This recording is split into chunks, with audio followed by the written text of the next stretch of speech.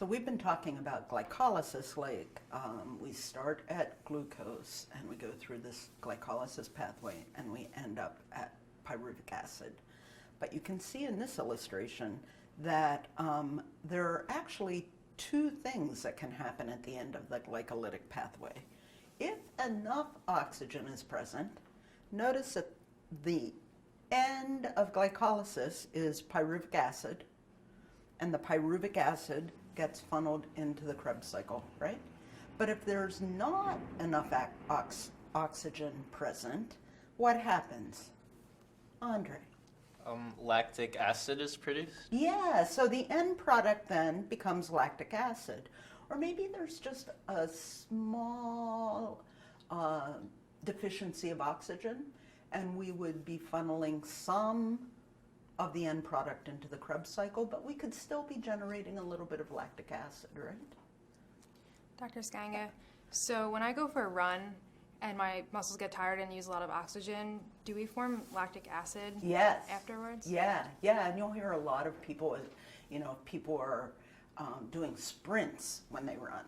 They're running really fast for short periods of time. They'll talk about lactic acid building up too, right? And lactic acid will accumulate in the muscle cells because it's being formed more rapidly, because there is a relative insufficiency of oxygen, right? And we need oxygen to keep cellular respiration going, okay? So is that lactic acid just a useless waste product?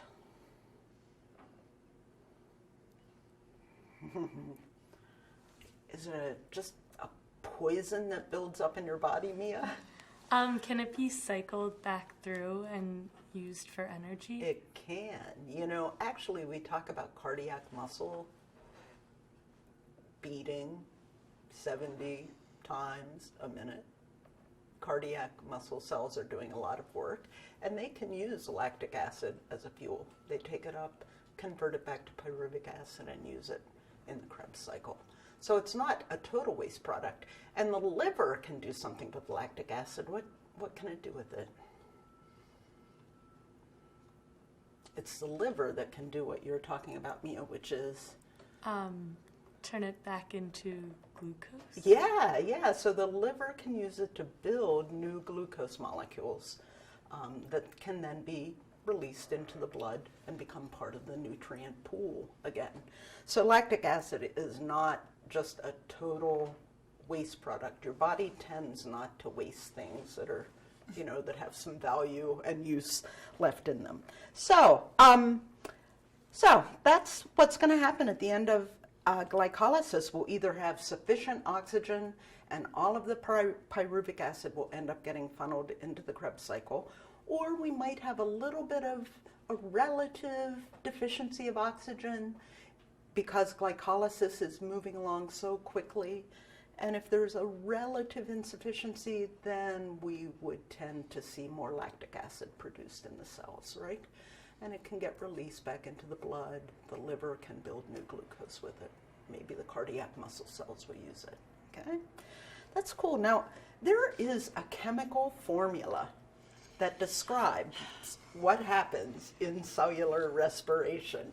And we start out, in this chemical formula, we start out with the molecular formula for glucose, C6H12O6. Yes, you remember that? Okay, so if we want to describe in a chemical formula what's happening in cellular respiration, we would say C6H12O6, glucose, plus what? Lauren? Water? No. No. What do we need if cellular respiration is going to happen? What must we have, Steph? ATP? No. What must we have? Okay, here's a hint. Why do you think we breathe? C6H12O6 plus, Oxygen? yes, plus oxygen. And the molecular formula for oxygen is, Lindsay? O2. So C6H12O6 plus how many oxygens are used to complete the cellular respiration of that one glucose? 2. No. Step. 6? 6, yes, 6 are used. So now we're building our formula for this reaction, and it's C6H12O6 plus 6 oxygens, 6 O2s. What's it going to give us in the end? Who wants to take a guess? Oh, everybody wants to take a guess. Lauren.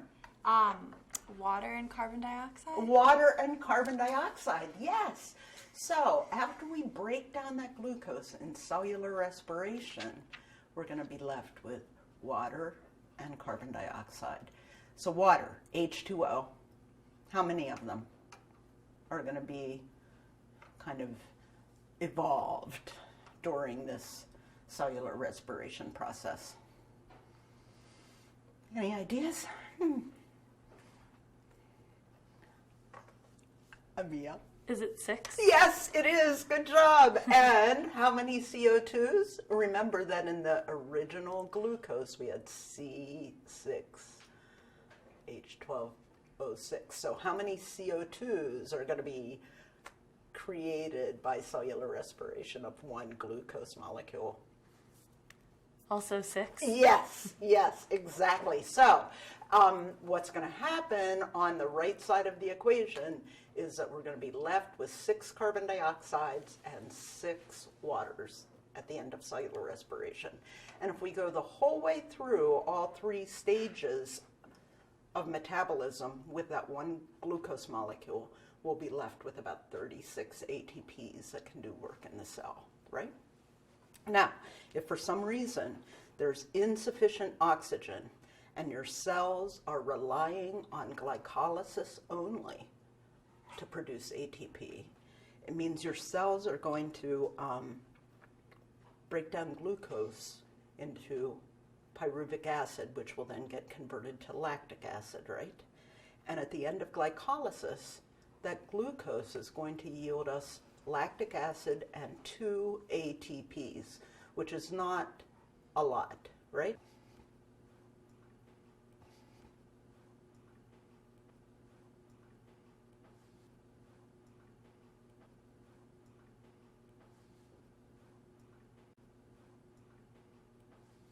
So cellular respiration, when we can take that original glucose through all 3 stages of metabolism, the complete process gives the cell a pretty high energy yield.